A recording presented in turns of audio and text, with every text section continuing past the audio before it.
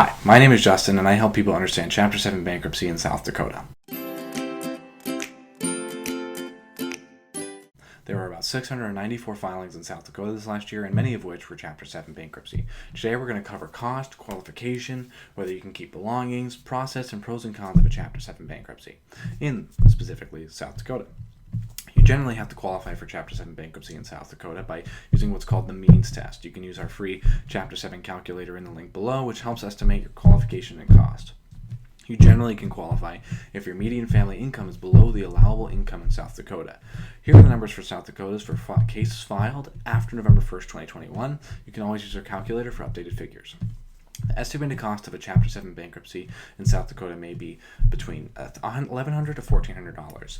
Chapter 7 bankruptcy costs in South Dakota can depend on your location, complexity of the case, type of bankruptcy you file, how much attorney interaction you have, and the attorney's expertise.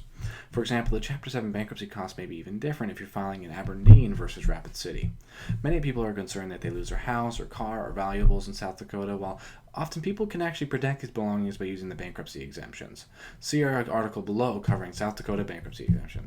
The process is important to understanding filing bankruptcy. Here are some questions to consider in the process to file. First, understand the different types of bankruptcy.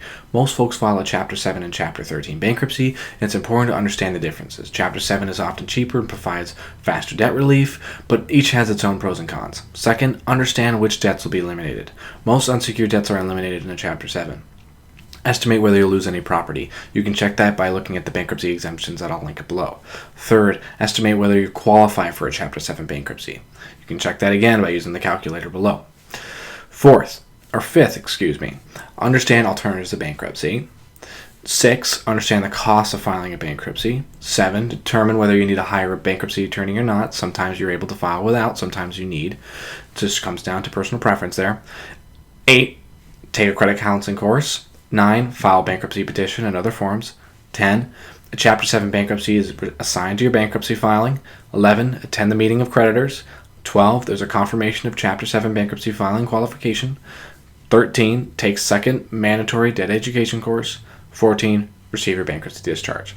As you can see, there's a ton of steps in the process, but some of the processes are just understanding if you'd like to file bankruptcy. Now let's cover the Chapter 7 and Chapter 7 pros and cons here. Pro, debt relief. It's going to often majority take care of most of your unsecured debt.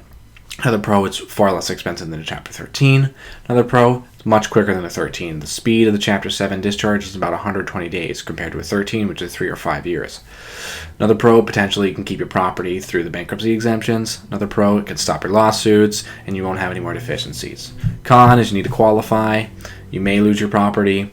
It'll have negative impact on your credit. There's some non-dischargeable debt that wouldn't be able to take care of it, and it's hard to prevent a foreclosure with a Chapter 7. Now that we've gone through some of the pros and cons, let's discuss some of the alternatives. We'll cover some of the common Chapter 7 bankruptcy alternatives in this specific video. First, let's cover Chapter 13 bankruptcy. As I said before, Chapter 13 bankruptcy is a 3 or 5 year repayment plan where you restructure existing debt into a 3 or 5 year plan. Now, you would have to make a payment each month to a Chapter 13 trustee and receive a bankruptcy discharge at the end if you complete the plan.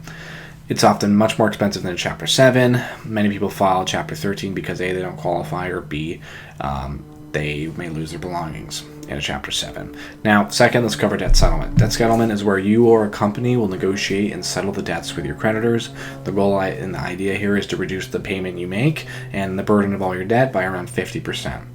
This will ideally help you lower your monthly payment, thus providing the debt relief. There are definitely pros and cons of debt settlement, so please do your research. Third, there's debt management. This debt management is often a non-profit credit counseling agency that negotiates the interest rate on your current debt. They may negotiate a high interest rate of 25% down to 9%. The goal is to reduce your monthly payment, and this may also be a 3 or 5 year plan.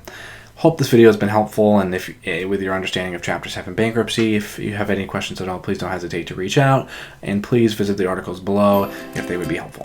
Thanks.